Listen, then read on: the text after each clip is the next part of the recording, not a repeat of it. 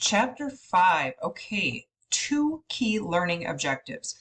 Number 1, we aim to understand email. And what I mean by that is the professional standards surrounding email, structural items, and formatting. And then the second objective is to identify advantages and risks of social media for businesses. And specifically, we're going to talk about text etiquette within that. All right, let's do it. So our text starts out with this quote. You can't kill email. It's the cockroach of the internet. And I mean that as a compliment. The resilience is a good thing. And that absolutely applies to the workforce. Email, for good or for bad, is going nowhere. Now, it is estimated that professionals spend up to 60% of their day emailing, meaning sending and receiving. That number continues to stagger me. Let's do better. Let's write email better so it's readable, it's comprehensible, and we can spend less time reading and responding. Okay, so first let's talk about when it's appropriate to email. Okay, our text gives us some parameters, which I believe absolutely hold true. If it's something short, brief, email is appropriate. We've all sat in a meeting that likely could have been an email. Let's send the email instead. If it's informal, meaning if it's simply requesting information, need your contact information, please send your requested vacation days. If you're requesting information or responding to information, email is most appropriate. Other times, email is your best bet. If you have to push out the same message to multiple receivers, email is a great way to go, instead of obviously logistically meeting with everyone individually or sending individual emails. Other benefits of email is the archive, the paper trail. In the workforce, we're always aiming to be compliant, to stay within the legal guidelines of our industry. Email archives that beautifully. So sometimes you have a conversation with somebody and then you simply follow up with notes or bullet points of that conversation to archive it. So we can use email, of course, in our regular correspondence, but also additionally to capture conversations that were had face to face. Other things, when there's attachments necessary. Email's a beautiful way to push that out where you need to pair a visual to the words. Say, for example, your company is undergoing an organizational chart restructuring. That is mayhem without a visual. People want to see and understand where they land on this org chart and how it will impact them. Okay, so when to email, if it's short, if it's informal, if there's multiple receivers, when we need to archive, and when we need an attachment to further elaborate on content. Next item, let's talk subject line, people. Okay, subject line, subject line. That subject line should, in a sentence, frame up the entire content, the purpose of the message. So let's power pack that. Let's make it specific, detailed, and explain the purpose. Let's look at an example here. Subject lines such as this up top, question for you, ... the ominous subject line. We are subject to so many emails from so many companies just as a consumer. So when we are emailing in the workplace, we need to make our email stand out and we need to prepare the reader for the content. So instead of saying question for you, here's an appropriate subject. Request for meeting 314, workshop approval. So there's a request in there that's boldly saying I need something. Requesting a meeting, it's dated, seeking workshop approval. So as much as possible, power pack those subject lines. So when your reader opens up the content, they know precisely the purpose of the email. Okay, so now let's frame up the formality, or shall I say the format of your email. You always have, just like when we write, an open body close. When we email, we have a greeting, then our open body close. Okay, now we train to the burger method within industry, meaning the content of the message, that's that good yummy burger and all the delicious toppings, right? That's the purpose of your email. But you need a greeting and an opening, okay, that's the top bun, and you need a final reminder and a close, that's the bottom bun. That's what holds that yummy burger all together. So specifically the greeting, that sets the tone and it reflects who you're sending it to. We have shifted from a very formal to a more casual workplace. So it is perfectly okay to say, hello, good morning, good day. Or hi team, hello folks, however you want to say it. But we have gone away from the very formal, the dear sir or madam, to whom it may concern. Because in a world inundated by email, we want to personalize as much as possible. Okay, so greeting. Then we have the body. Okay, now the body of the message. We open, in the opening statement, we get right to the main point. Then we have the body of the message. That's the supporting information. And then we have the close. And that is where we reiterate action items and create a positive statement. Okay, so open, body, close, which is, of course, preceded by the greeting. Now, let's break this down a little bit. I'm going to give you an example here in a minute. The close specifically then is follow-up items. What do I need you to do? When do I need the report submitted? And then we always want a positive affirmation, a friendly close. So let's look at a sample here. Okay, this is a direct message, and you will see greeting, open, body, close. Okay, now within the body, we have the direct request or information. That's our main idea first. Then in the supporting paragraph, we have anything the sender needs to know. And then lastly, we have the close. Okay, so subject, vacation request approved. Okay, that's fairly specific. If we wanted to date stamp that, we could make it even a tidge more specific. Our greeting is, hi, Sarah. Okay, so we know this person by name, obviously, if we're approving their vacation. Let's get to the opening. Good news, your request for vacation in April 2022 has been approved.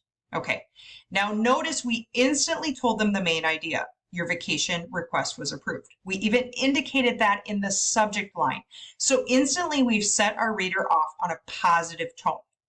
Now the second paragraph then is anything the reader needs to know or do. So Sarah needs to complete the attached approval document and send completed document to Jim and HR, and the address is hyperlinked. Okay, so main idea, supporting information, and then we close. Thanks for all you do for our department, Sarah. Enjoy your vacation. Okay, so again, we have greeting, opening, we're getting right to the main point. This is a direct message, body, supporting information, and then the close. Okay, so on the note of email, let's talk about a couple other things. Replies. Replies are so oftentimes where email goes wrong. Okay, so let's take a step back. As the sender, be selective about your recipients. Don't send an email to your entire team if only 2 people need it, right? Don't send it to the entire organization if only your team needs the email. Choose your recipients specifically. In a reply situation, okay, if you are replying to a group, unless it's needed, delete that former message. So your response will be right on top, the thing you need read. Prevent someone having to scroll to read your reply. Other things, reply only to the person needed. You might have a question specifically for your director or a teammate. Reply to them only versus the entire team. Because what happens is, we've all been there, reply all, reply all, reply all. The original content gets buried. And for those who haven't read it yet, they likely won't. And then further confusion will be piled on top of it by questions and replies. Now I'm going to put a big old asterisk by this. If we have used that birthday party method we talked about last week, we are hoping to eliminate replies. Now, there will always be some level of questions, but if we've covered the who, what, where, when, and sometimes why, odds are we'll have less replies and we won't have to get wrapped up in the reply all jungle. Okay, last thing we're going to talk about out of chapter 5. Let's talk about text etiquette, and I'm also going to overlay social media etiquette. Now, as an organization, there's a lot of benefits to having a presence on social media. It's how you connect to your consumer. It's how you understand them better. It's how you communicate and interact with them in real time. And a social media presence is wildly valuable in today's marketplace. But on the flip side of that, a social media presence does open you up to a certain level of risk. Because however you reply or interact with that consumer, it can be misperceived. It can open you up to legal aspects or claims that may or may not have been intended. So social media is very important. It is important to have an active presence in the world we live in, but we have to caution ourselves because we do increase our risk when we interact with the consumer at the social media level. Okay, so now let's parlay that to the concept of text etiquette. There are 5 things we need to consider when we are texting company-wide or on social media. So we're lumping these together. The first is that of timing. Okay, when do you think the most appropriate time to text or message somebody would be? Likely you are thinking well within the confines of business hours. That is correct. Text during work hours. However, if you have to reach your employer, if you're sick and you sent them an email, which you know they will not read until the next day at work, and you want to give them a heads up, it is okay to message or text your employer. But there are things we can do around that. You can say, I apologize for the late text. No need to respond. Just wanted to let you know I tested positive for COVID and will not be in the office. Give them that option to opt out of responding. Okay. Other things, when we are messaging or texting inter-office, introduce yourself. It's happened to me many times where a coworker or employee or student will text me, and without any context, I'm reading this and I don't know who the person is. So that introduction is kind of your purpose statement to some extent. It's narrowing the scope. Hi, this is Liz Carlson from your BUSCOM class. Introduce yourself. Hi, this is Liz Carlson. I work in the marketing department. Again, an introduction so the following information has context. Addressing. Now, what are we addressing? There's certain subjects that should not be approached via text, and there's certain things that are totally appropriate. Calling in sick, letting that boss know you won't make it tomorrow, that is appropriate. That's need to know information. But I've had countless students share times where they were alerted via text that they had lost a loved one or somebody was injured or in a car accident. And that information was sent via text, and it deeply depersonalized it and really made that news harder than it already was. So there's certain things, if they require an emotional response, it might be best to just text if you must and say, I need to talk to you about something. Can we have a quick phone call? Expressing. It's totally okay to be supportive and empathetic on a text, but we want to avoid all nonverbal references, GIFs, emojis, things that have a cultural meaning or slang or jargon to you that might make perfect sense to your best friend, but wouldn't to your employer. And then lastly, responding time. Okay, so there is an inherent expectation that we respond in real time via text. Now, if you are someone who is on your phone 24/7, that might be perfectly easy for you to uphold, but we cannot expect the person we send the message to respond in real time.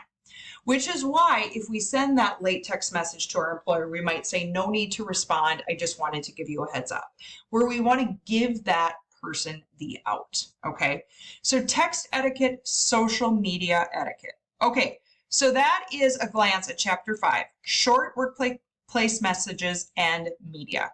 We aimed at understanding the standard, structure, and format of email, and then identify etiquette for text messages and social media via the workplace.